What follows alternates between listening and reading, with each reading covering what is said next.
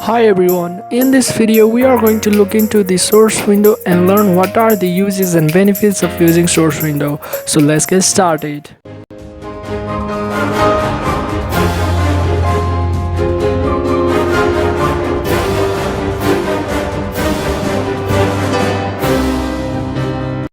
Alright, as you guys can see, I've already imported 2 videos and 1 audio file to show you different examples that we will be learning later in this video. Mostly, source window is used to trim a specific part of your video.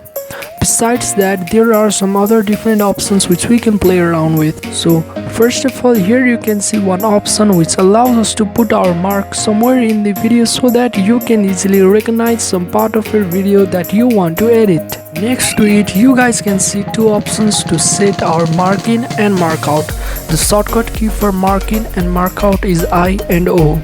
So for an example, if you want a small piece or some specific part of a video, then you can simply click on mark in, or you can press I key on your keyboard and again press mark out, or you can press O key on the keyboard to get a small part of your video.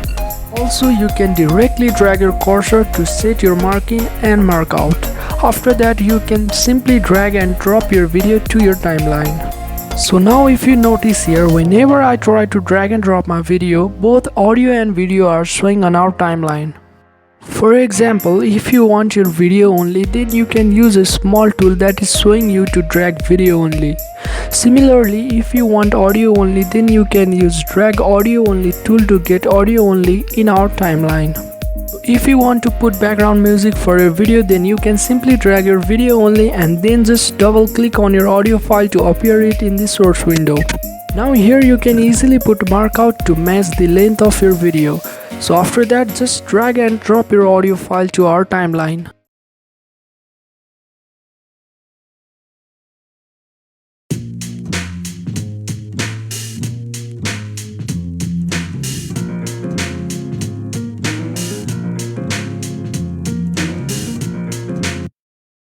Now you guys can see our video is looking pretty good. And by the way, if you like our video, then do consider subscribing this channel to get instant notification of our new video uploads.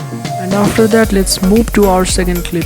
So first, let me get a small clip of this video, and after that, if you want your second clip appear somewhere in the timeline clip, then here's a small thing that you can do. Now you can see one option of insert in our source window.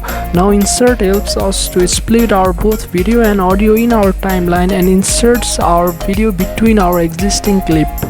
So just go ahead and press insert, or you can use a shortcut key comma on your keyboard to insert your clip on our timeline. Now here you can see our clip is inserted in between our previous clip. So this is how you combine different clips together.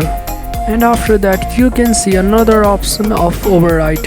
What overwrite does is it removes the existing video as per our new video clip length in our timeline and inserts a new clip to our timeline.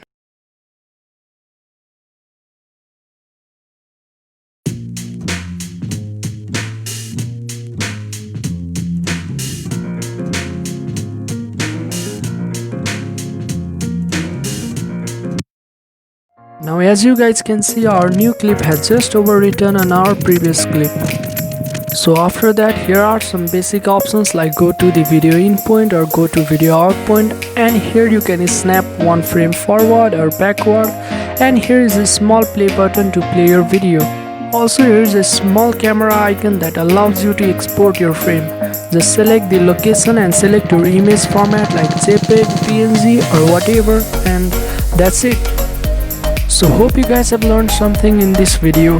In the next video, we will be looking into the timeline and new sequences. So this is Ricky for you and your boy Ari signing out.